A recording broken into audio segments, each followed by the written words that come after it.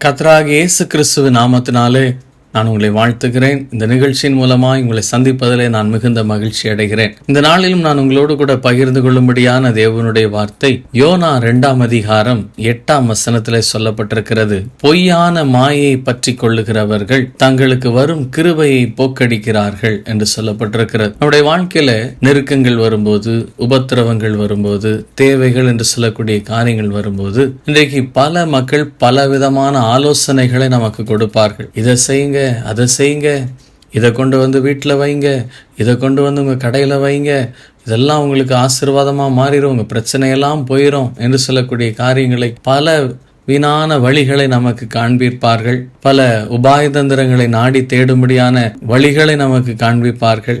நாமும் அந்த காரியங்களில் இடம் கொடுத்து அதன் வழிகளிலே நடக்க ஆரம்பித்து விடுவோம்.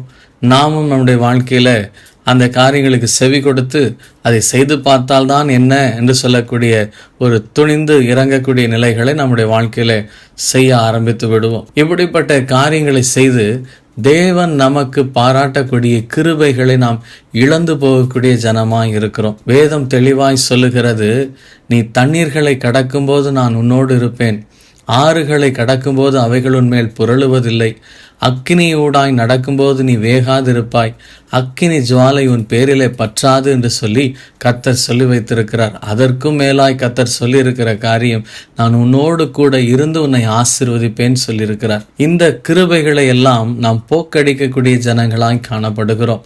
என்ன நெருக்கம் வந்தாலும், என்ன உபத்திரம் வந்தாலும் அதை கர்த்தர்ட்ட சொல்லி, ஆண்டவரே நீங்க இந்த காரியத்தில் எனக்கு உதவி செய்யுங்கப்பா, நீங்க இந்த காரியத்தில் என்ன தப்புவீங்க ஆண்டவரே, எனக்கு ஒத்தாசை செய்யுங்கப்பா, இயேசுவே என்னை ஆசீர்வதின்னு சொல்லி கேட்டா கர்த்தர் நிச்சயமாய் நமக்கு அற்புதங்களை செய்ய உண்மையுள்ளவராய் இருக்கிறார்.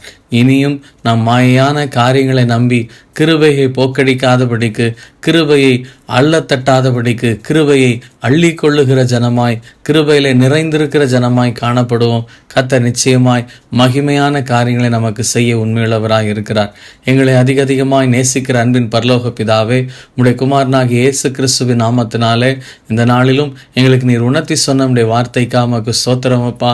அநேக வீணான ஆலோசனைகளை கேட்டு, அநேக வீணான வழிகளிலே நாங்கள் சென்று எங்களுக்கு வரும் கர்த்தாவே கிருபையை நாங்கள் போக்கடிக்கிறோம் என்பதை நீர் உணர்த்தினதற்காக ஸ்தோத்திரம் ஆண்டவரே.